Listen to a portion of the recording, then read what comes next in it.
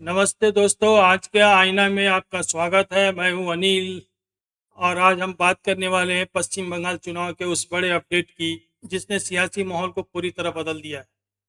अगर आपको बंगाल चुनाव का असली रुख समझना है तो आज की ये रिपोर्ट बहुत अहम है, क्योंकि अब बात सिर्फ चुनाव की नहीं रही बल्कि वोटर पहचान, डेमोग्राफी और भरोसे की भी हो गई है। चुनाव आयोग की रिपोर्ट आ चुकी है और इसी रिपोर्ट के आधार पर पहली सप्लीमेंट्री वोटर लिस्ट जारी कर दी गई है। इस लिस्ट ने कई बड़े सवालों के जवाब भी दिए हैं और कई नए सवाल खड़े भी कर दिए हैं। अब जरा शुरुआत से समझिए। 28 फरवरी को जो फाइनल वोटर लिस्ट जारी हुई थी उसमें करीब 60 लाख वोटर्स को डाउटफुल यानी संदिग्ध श्रेणी में रखा गया था। वजह क्या थी? कहीं नाम में गड़बड़ी, कहीं पिता या माता के नाम में मिसमैच, तो कहीं ऐसे तकनीकी और लॉजिकल एरर जिनकी वजह से उनकी पहचान पर सवाल खड़े हुए थे। इसके बाद एक बड़ा वेरिफिकेशन ड्राइव चलाया गया जिसमें प्रशासनिक और कानूनी दोनों स्तर पर जांच की गई और अब जो रिपोर्ट सामने आई है उसके मुताबिक करीब 27 लाख वोटर का वेरिफिकेशन पूरा हो चुका है और उन्हें क्लीन चिट दे दी गई है। यानी ये 27 लाख नाम अब पूरी तरह वैध माने गए और इन्हें सप्लीमेंट्री लिस्ट में शामिल कर दिया गया। लेकिन कहानी का दूसरा हिस्सा भी उतना ही बड़ा है, क्योंकि अभी भी करीब 30 लाख वोटर्स ऐसे हैं जिनकी जांच बाकी थी और यही वो संख्या है जिस पर पूरे चुनाव का गणित टिक गया है। इससे पहले भी एक बड़ा एक्शन लिया जा चुका था। करीब 60 लाख नाम पहले ही वोटर लिस्ट से हटाए जा चुके थे। ये वो लोग थे जो या तो मृत पाए गए या अस्थायी रूप से कहीं और शिफ्ट हो चुके थे या फिर उनकी एंट्री डुप्लीकेट थी। यानी चुनाव आयोग ने साफ कर दिया कि इस बार लिस्ट को पूरी तरह साफ और पारदर्शी बनाना ही प्राथमिकता है। अब अगर आप इन आंकड़ों को जोड़कर देखें तो तस्वीर और बड़ी हो जाती है। पहले 60 लाख नाम हटे, फिर 60 लाख संदिग्ध पाए गए जिनमें 27 लाख क्लियर हो गए और बाकी की जांच जारी रही। यानी कुल मिलाकर 80 से 90 लाख वोटर्स पर असर पड़ने की संभावना बनी रही और यही वो आंकड़ा है जिसने राजनीतिक दलों को चिंता बढ़ा दी। इस पूरी प्रक्रिया की खास बात ये रही कि ये सिर्फ प्रशासनिक नहीं थी बल्कि कोर्ट की निगरानी में कराई गई थी। सैकड़ों न्यायिक अधिकारी इस जांच में शामिल रहे जिसने इस प्रक्रिया को कानूनी मजबूती भी मिली। यानी इस बार सिर्फ कागजी कार्रवाई नहीं बल्कि हर स्तर पर जांच को मजबूत किया गया। अब सवाल ये उठता है कि इस पूरे अभियान का असर किन इलाकों में सबसे ज़्यादा पड़ा। तो रिपोर्ट के मुताबिक सीमावर्ती जिले जैसे मुर्शिदाबाद, मालदा, उत्तर दिनाजपुर और दक्षिण दिनाजपुर सबसे ज़्यादा फोकस में रहे।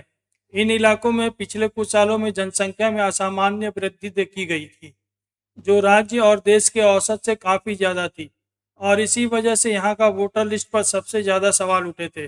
सुरक्षा एजेंसियों और बीएसएफ के आंकड़ों ने भी इस चिंता को और मजबूत किया। हर साल हजारों लोग अवैध तरीके से सीमा पार करने की कोशिश करते पाए गए और हाल के समय में इन मामलों में सख्ती भी बढ़ाई गई थी। कई लोगों को वापस भेजा गया था और कई मामलों में पहचान से जुड़े दस्तावेज भी संदिग्ध पाए गए थे। जांच के दौरान कुछ ऐसी घटनाएं भी सामने आई जिन्होंने पूरे मामले को और गंभीर बना दिया। कई जगहों पर आधार कार्ड, पैन कार्ड और वोटर आईडी सड़क पर पड़े हुए मिले, जिससे यह संकेत मिला कि कुछ लोग अपनी पहचान छोड़कर गायब होने की कोशिश कर रहे थे। हालांकि इन घटनाओं को अलग अलग जांच भी की गई, लेकिन इससे संदेह और गहरा गया।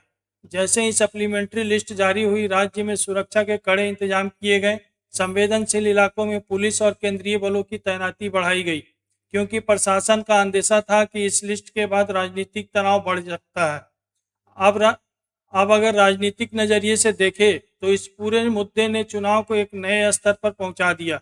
यह सिर्फ पार्टियों की लड़ाई नहीं रही बल्कि वोटर की पहचान और विश्वसनीयता का मुद्दा बन गया। राजनीतिक प्रतिक्रियाएं भी तेज हो गई। ममता बनर्जी पूरी ताकत के साथ मैदान में रही और उन्हें समर्थन मिला कई विपक्षी नेताओं से। अखिलेश यादव, उद्धव ठाकरे और अरविंद केजरीवाल जैसे नेता खुलकर उनके समर्थन में आए। लेकिन दिलचस्प बात यह रही कि विपक्ष पूरी तरह एकजुट नहीं दिखा। कांग्रेस और लेफ्ट ने अलग रणनीति अपनाई, जिससे यह साफ हुआ कि अंदरूनी मतभेद अभी भी मौजूद है। इस बीच बयानबाजी भी तेज हो गई। संजय राउत ने चुनाव आयोग पर सवाल उठाए। उन्होंने आरोप लगाया कि केंद्र सरकार और चुनाव आयोग मिलकर राज्य के प्रशासन में दखल दे रहे हैं और बाहर से अधिकारियों को लाकर माहौल को प्रभावित किया जा रहा है। हालांकि चुनाव आयोग ने अपनी प्रतिक्रिया को पूरी तरह निष्पक्ष और पारदर्शी बताया। अब सबसे बड़ा सवाल यही बन गया है कि इस पूरी प्रक्रिया का असर आखिर पड़ेगा किस पर, क्योंकि जब लाखों वोटर्स की लिस्ट बदलती है तो उसका सीधा असर चुनावी नतीजों पर पड़ता है।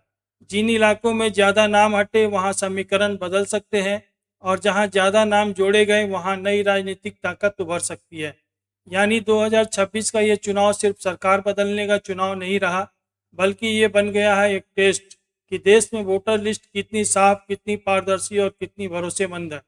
कुल मिलाकर चुनाव आयोग की रिपोर्ट और सप्लीमेंट्री लिस्ट ने साफ कर दिया कि इस बार का चुनाव सामान्य नहीं है, यह एक टर्निंग पॉइंट बन चुका है, जहां हर आंकड़ा, हर नाम और हर फैसला सीधे सत्ता की दिशा तय करेगा। अब सबकी नज़रें टिकी है बाकी बची जांच और अगली लिस्ट पर, क्योंकि वही तय करेगी कि पश्चिम बंगाल की राजनीति किस करवट बैठेगी।